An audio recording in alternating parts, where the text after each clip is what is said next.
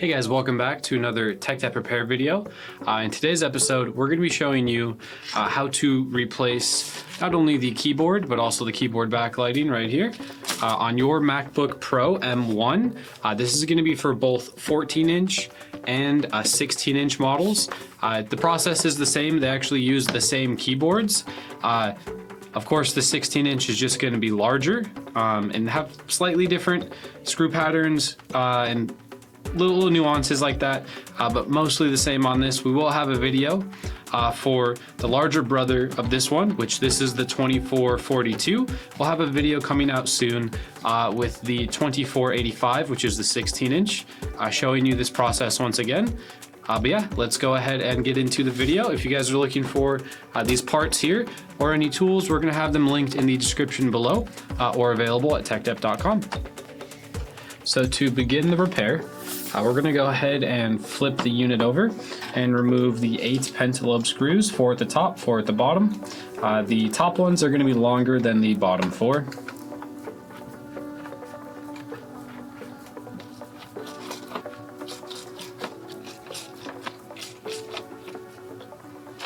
And after we remove those screws, I'm gonna use the help of a suction cup here just to pull up on the bottom case to remove the clips. Once those clips are removed, we're gonna use our thumb to push away and pull the top or bottom case towards ourselves, just like that. What that does is it takes these little slide clips here off of the top case assembly up there.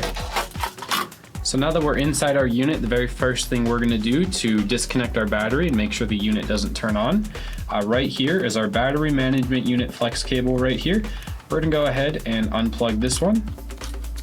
And now our unit doesn't see a charge on the battery, so it won't turn on. But additionally, to keep it safe, we're gonna grab a T3 screwdriver and unscrew these 2 T3s and remove the retention bracket for the trackpad flex cable. Then we're gonna take our plastic spudger again and unplug our trackpad flex cable. And we're gonna peel this battery management unit flex cable off of this T5. And then of course we're gonna grab a T5 and unscrew what I call the pancake screw. This is what holds down this jumper that runs from the logic board to the battery board. We're gonna go ahead and prop this guy up. That way the contacts aren't touching. Now the unit is completely safe to work on.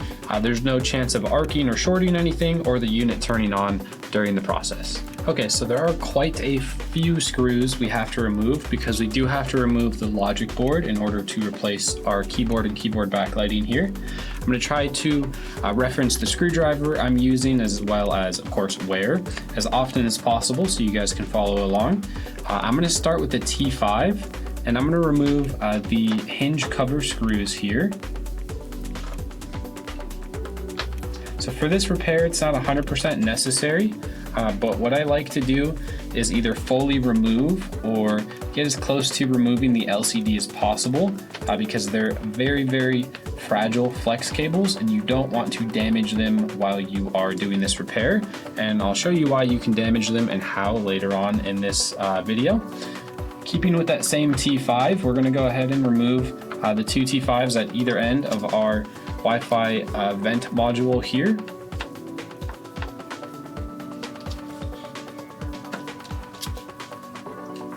Now we're going to move inward to these 4 screws. This holds the Wi-Fi vent module as well as the LCD flex cables to the top case. And that's why we have to remove the Wi-Fi vent module to begin with, because we want to do our best to protect our LCD display cables. And now I'm going to grab a T3 screwdriver. And I'm going to remove these 4 screws and 2 brackets here for the LCD display connectors. You're going to see when I pop this retention bracket off, there's going to be 2 cables on this side. And on this side, there's going to be 1 very long one.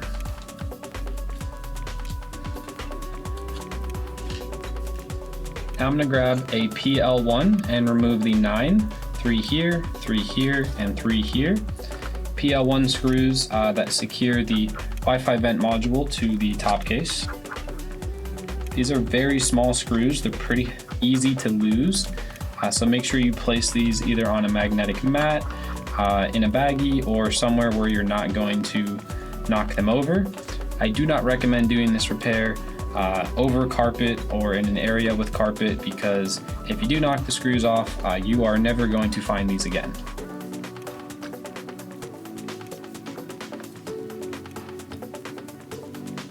All right, now we're going to switch back to our T3 screwdriver. Remove this black screw here and these two. These are the last of the screws holding our Wi-Fi vent module in place.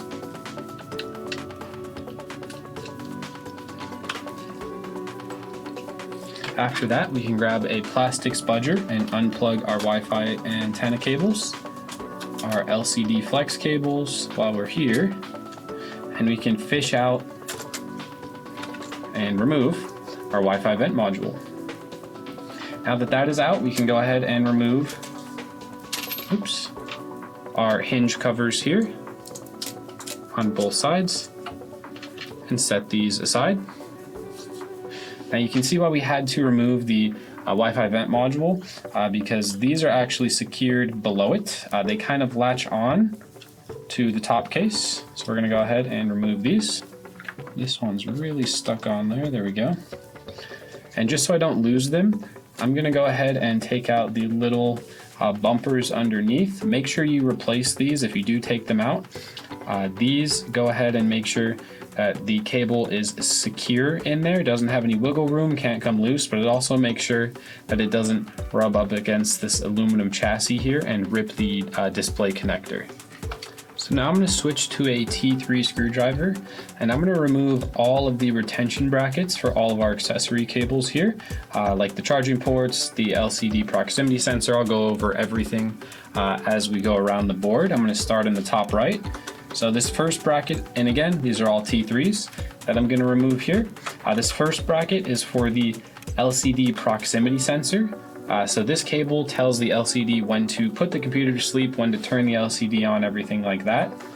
This next one here is going to be the MagSafe 3 charging port, which is very magnetic, and as you can see, it stole my screw there. I recommend using some tweezers. Unless you have a really powerful magnet, you're really not going to be able to grab that screw away from the MagSafe charging port there. These next three here secure the two USB Type-C or Thunderbolt, I believe 4 connections here.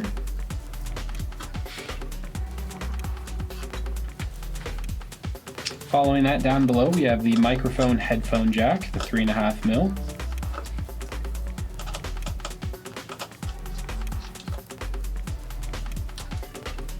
And then moving up to the left-hand side here, we have the Touch ID.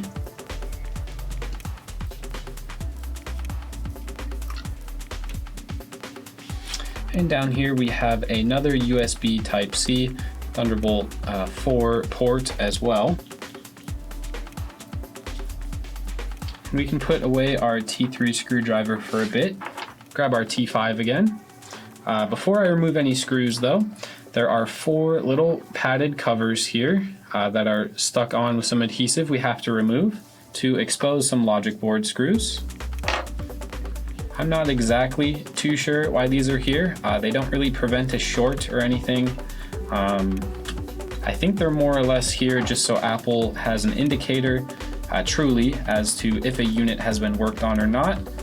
Again, not really too sure why these are here. They are kind of optional, but I do always replace them when I put a customer's unit back together. All right, so using that T5 screwdriver, we're gonna remove these logic board screws. So one here, the 4 in the center, one here, one here, one here, and here. The other remaining logic board screws are actually going to be T6.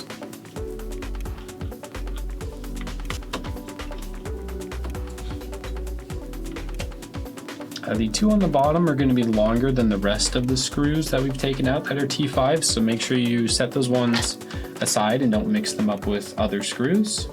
I believe as well as this one here, I believe this is longer than the rest. I will tell you right now.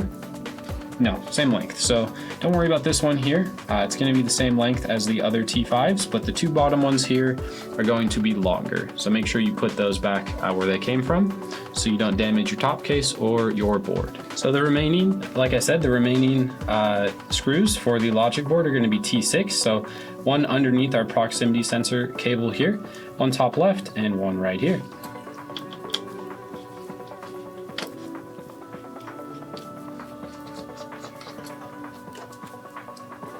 So when it comes to those T6s, the longest one is going to be right here. These two are going to be the same length, so make sure you put the longest T6 right back there. All right, so now we're going to go ahead and unplug everything plugged into our logic board. You can start on any side. I'm just going to start with the most important cable in my mind, the Touch ID cable. The reason why this one is super important is it is tied to the logic board. So if you damage this cable, you will not have Touch ID functionality unless you replace both the Touch ID and the logic board with a matching pair, which is quite expensive. So we're gonna go ahead and make sure we unplug that one first. Then we're gonna go ahead and move on to the left-hand USB-C port. We're gonna come down to the left-hand speaker. We're going to come up to the left-hand CPU cooling fan. And this is sort of glued to the top case, so you want to make sure you come under and then pull it out. Now we're going to come down to the keyboard cable first here, followed by the backlight cable right next to it. Come up to our right-hand CPU cooling fan,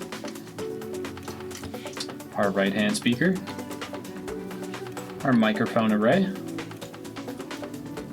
our microphone headphone jack, one of our Type-C ports, the second Type-C port, MagSafe 3 charging port, and our LCD proximity sensor. If you haven't already, double check that your LCD display connections are unplugged, and now this logic board is ready to come out. So this logic board is kind of, I'm not gonna say press fit, but it is tighter on this side because our HDMI port actually rests under the edge, the little lip here of the top case. So we're gonna go ahead and push this side of the board up, or pull this side of the board up first and pull out this way. This side is pretty hard. You can probably do it, but it's pretty hard to pull up first. Coming up on here and pulling out this direction is way easier. So to do so we do actually have two more T5s down here I almost forgot about. So these are again T5s down at the bottom here. They're very hidden, especially if you are looking at it from my angle. These are going to be the smallest T5s, so they're pretty easy to distinguish where they are supposed to go back. But now that we have every screw removed and we made sure all of our cables are removed, we can go ahead and remove the logic board. It is easier to prop this side up first and slide the board out in this direction because our HDMI port on the left side here actually is kind of seated and rests under the top case right here. So it's far easier to do from this side. I'm sure you can start on this side and get it up, but this is far easier. So we're gonna go ahead and tilt up on this side, making sure we don't grab any of our cables because that could rip them. And we do have to pull our rubber grommets or gaskets out of the way because they are mounted to the fans. And again, you want to be extra careful around your Touch ID here. So now that we have the board pretty much up, we're going to keep coming more upward. And as you can see there, our HDMI slides up and out, and our logic board can now be set aside. All right, so for this next step, we're going to need T3 and T5 again. I'll show you which ones are T5s. It's only one in this case. It's going to be this screw on the right-hand side and this screw on the left-hand side of our fans. If you have the 16-inch model, this is the 14 A2442. If you have the 16-inch model, A2485, this is going to be the first difference. This bottom screw here is going to be a T5, just like the top one, instead of on our model, the 14-inch, the A2442. This is going to be a T3, only one T5 on the 14-inch model. On the 16-inch, there will be two. So we're going to remove those T5s for the cooling fans. Then we're gonna grab a T3 and remove the other 3 screws securing the cooling fans into the top case.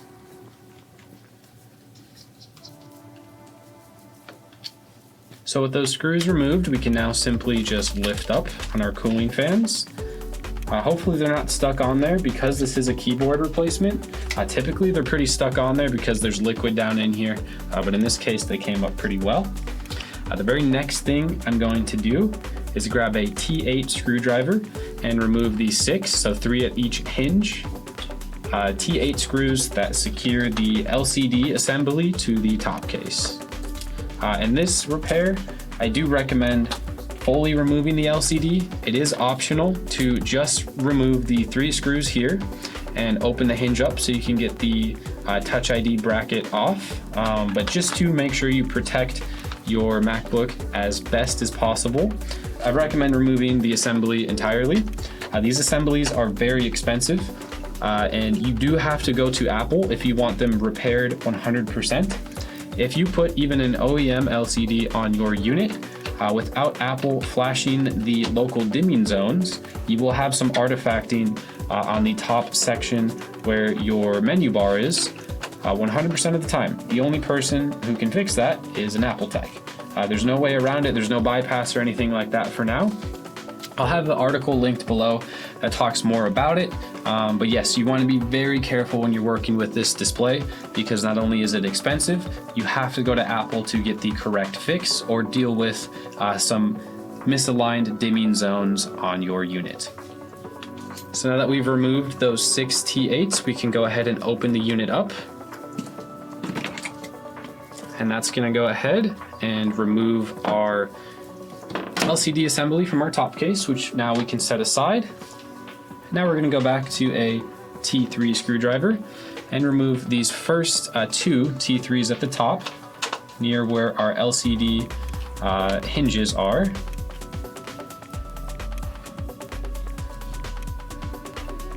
And this is optional, but I do recommend it. Removing the Touch ID flex cable from this bracket. It's hard to fish through the top case here with the bracket attached, and it is just glued on, so we're going to reattach it later. But I'm going to take a plastic spudger and very, very carefully, because you do not want to rip this cable, get our Touch ID off of this little bracket here. All right, so slow is steady when it comes to that, and steady is fast. You do not want to rip that. As you can see here, just glues on to this little section here, which we'll just reapply some adhesive to when we go to patch this unit back up. With that removed, we can grab our T3 screwdriver again and remove these 6 screws that hold the Touch ID into the top case.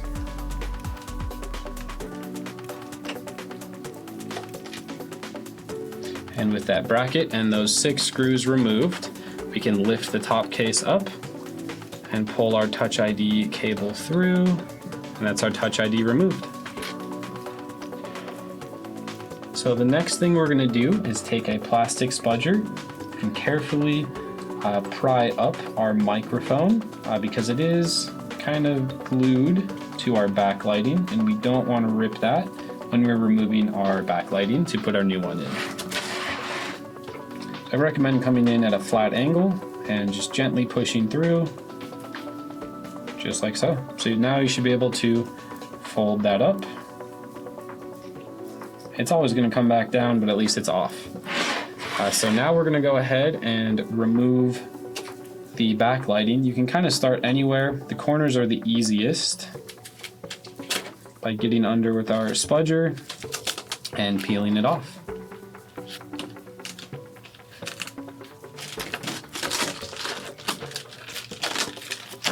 All right, so that's our old backlighting removed. Honestly, this one looks pretty good. I've replaced them anyways, but if yours comes out in one piece like this and you're careful enough, you can always use the old one again. So now we need to remove the keyboard, which is honestly the most time-consuming section of this repair.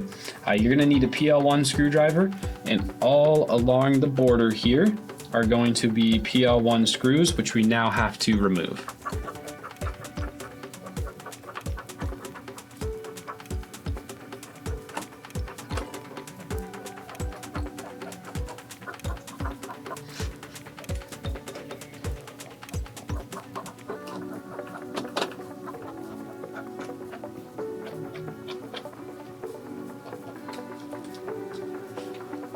All right, and with all of the PL1 screws removed, we now come to the worst part, which is ripping the keyboard out. So the keyboard is riveted in with a bunch of metal rivets.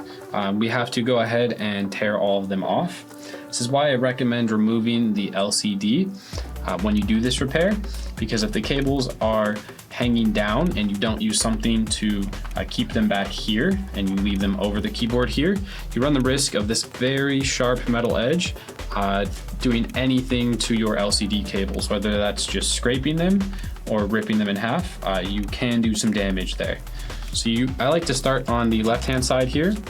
You can start on this side, it's really preference. I just find this side's easier because there's less rivets, but you can start on this side if you like.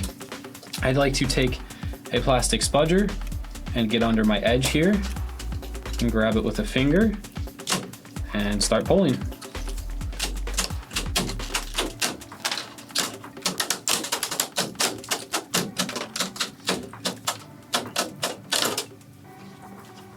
All right, so that's the old keyboard removed. We can go ahead and begin reinstalling our new assembly. All right, so we've got our brand new keyboard and of course brand new backlighting here, which we're gonna install the keyboard first. Again, if you guys are looking for any parts or tools, specifically this keyboard or keyboard backlighting, we will have them linked in the description below or available at techdev.com. If you guys are interested in having a mail-in repair done for a repair like this, or any mail-in repair, honestly, we do offer that at our website, techdev.com. Again, we'll have that linked in the description below, or of course, you can find more at techdev.com. So the very first process here is going to be reinstalling all of the perimeter PL1 screws once again that we just took out.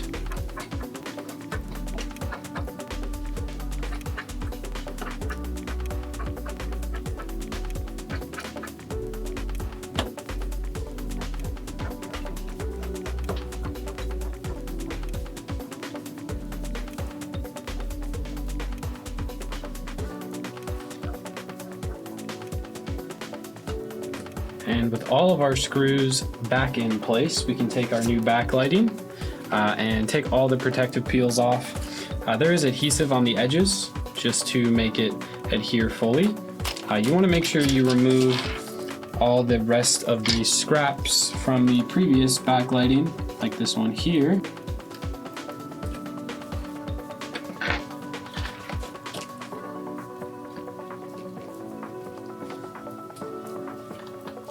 And there we are. So now we're all set to place our new backlighting back on. Again, if you're lucky like me and the original comes out pretty good, you can always reuse it, but I do recommend putting a new one in just for peace of mind.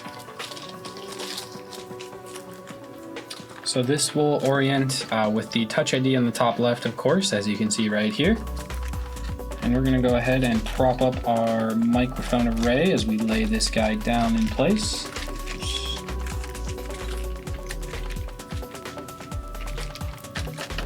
And there we are. So with our backlighting on, the very first thing we're gonna do is feed through our Touch ID, which is a lot easier to do when you're looking at it at the other side. So I recommend flipping it over, but just to show you guys. We're gonna hold it in place as we drop the top case down. As you can see, it's lined up correctly. So we're gonna place our bracket down. The side with the little standoff, see the black sections here versus none on this side, will go down. And with the little notched cutout pointing towards where the actual Touch ID flex cable runs from, we're gonna take a T3 screwdriver and secure this into place now. There are two different types of screws, one with a larger head. These two go in the center with the larger heads, and the two smaller ones go on the outside. So I actually put the wrong screw in first. Let me show you the correct center ones. So you can see the difference there, it's just slightly bigger. So this is one of the outside screws.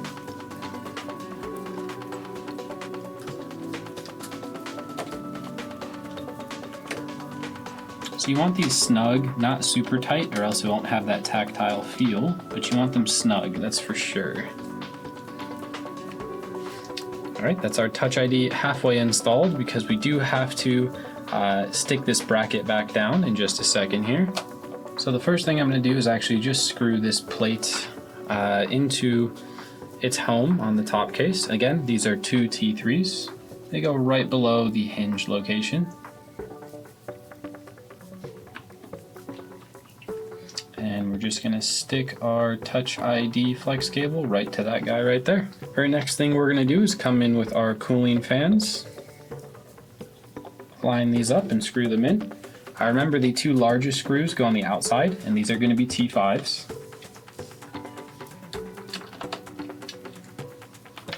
And the rest of these screws are going to be T3s.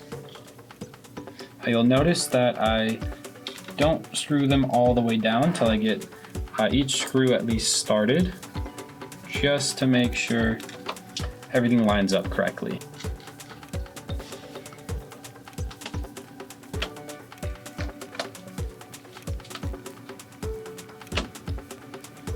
So with our CPU cooling fans installed, we're going to go ahead and slot in our logic board at this step. This is pretty annoying because there is a trillion cables, and you also have to remember to feed the grommets through the heat pipe as you're coming in. I like to start on the left hand side here and kind of lay the board flat. So I'm going to go ahead and start by first sliding our HDMI in. I'm going to make sure we're not covering our Touch ID.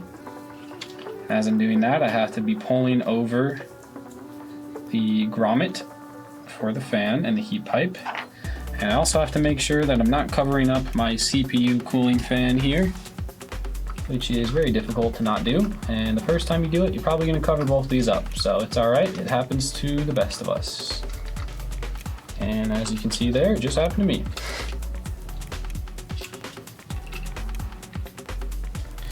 Okay, so we do have all the cables in, or at least showing on this side here. We're going to start moving on to the right hand side here. We're going to get our grommet over first before we do anything else, because if you forget that and you get everything else down, you're going to have to do it all again.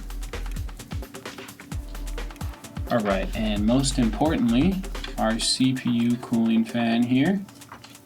I'm going to hold that guy up as we make sure the rest of our cables are not going to be covered, including our microphone array right there.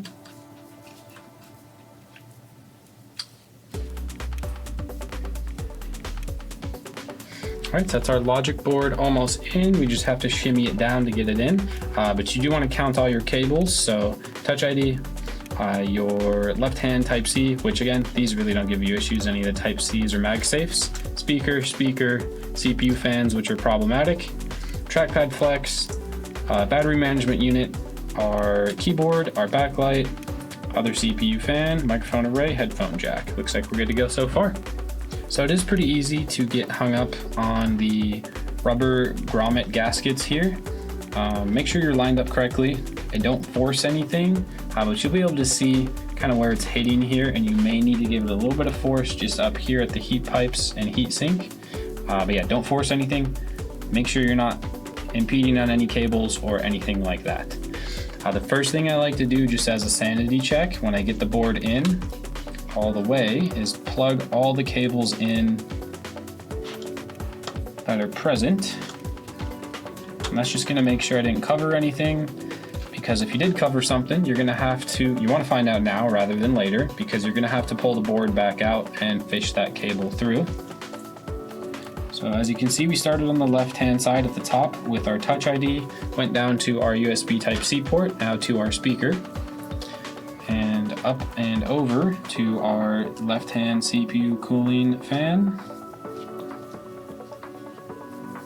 to our keyboard cable right here, which I like to use the help of a plastic spudger to make sure it is fully seated when I close the retention latch right there. Now we're going to move on to our backlighting, and again I'm just going to give it a little push with the spudger to make sure it's in all the way.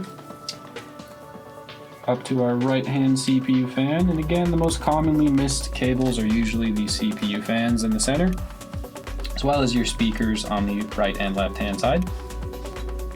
Plugged in our speaker here. Now we're going to go to the microphone array, our microphone headphone jack, USB Type-C ports, and our MagSafe 3 charging ports. That's all of our cables accounted for and plugged in. So the very first thing we're going to do is grab a T6 screwdriver and secure our T6s. I'm going to start with the longest one in the bottom section here and move on to the ones that are equal length at the top sides of the board. Now I'm going to grab a T5.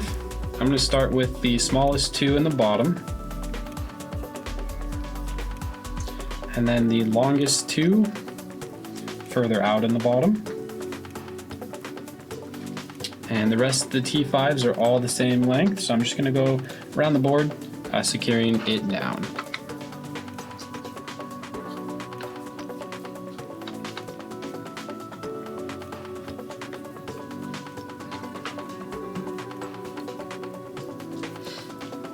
So the next thing I'm going to do is grab our LCD, place it beneath the top case, slide the top case on and act like I'm opening it, and the hinges will pop into the hinge location. Might need to open them up just a little bit more, past 90 degrees. There we are.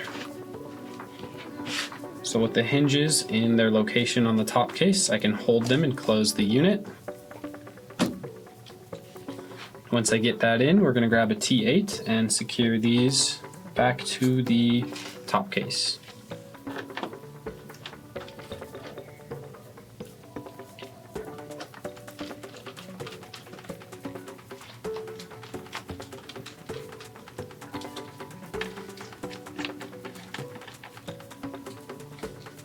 Once that's done, we're going to go ahead and plug in the cables. So first, our LCD proximity sensor. And before we plug in our LCD display connections here, we're going to place these bumpers back down beneath them that protect them. And now we can go ahead and feed the cable through. You kind of have to go down and over. Then it'll snap on like that and you can plug in the cable. Repeat the same thing here. So we're going to fold the cable under that little bumper we put down, clip it onto the top case, and plug these in. And after that's done, we're going to go ahead, grab our LCD hinge covers first, slot these in, then grab our Wi-Fi vent module and drop it in. And now we have a bunch of screws to secure. So we're going to start with T5s. We're going to start with the Wi-Fi vent module on either end, very long silver screws. And then the 4 black T5s that secure the the 4 black T5s that secure the LCD display connections. And then we're going to grab the 4 black T5s that secure the LCD hinge covers. Moving on to the 4 silver T5s that secure not only the Wi-Fi vent module, but also the LCD display connectors to the top case.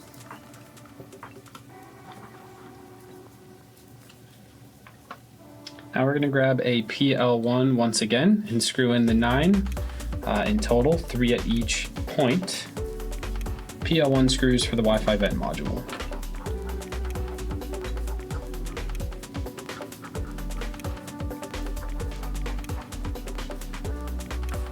Alright, so from here on out, it's pretty much all going to be T3s except for one last T5. So we're going to start by laying down the brackets for our LCD display connections and where they plug into our logic board. And again, grab a T3, and these are going to be 4 screws in total, T3s that secure these brackets, 2 on each side of them.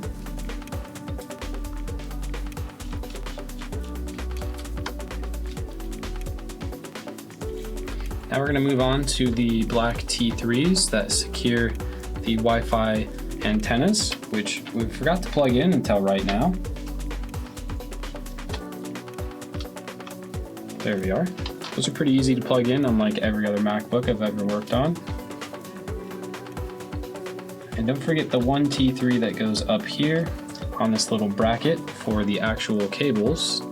And then where the antenna points connect to the logic board, there will be one T3 on each side of its retention bracket.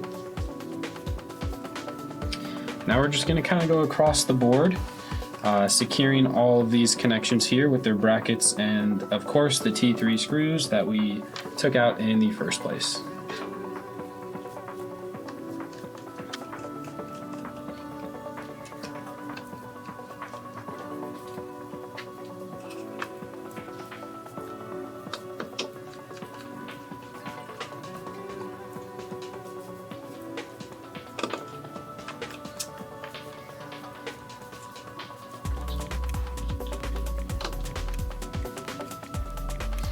Alright, so now we're going to grab a T5.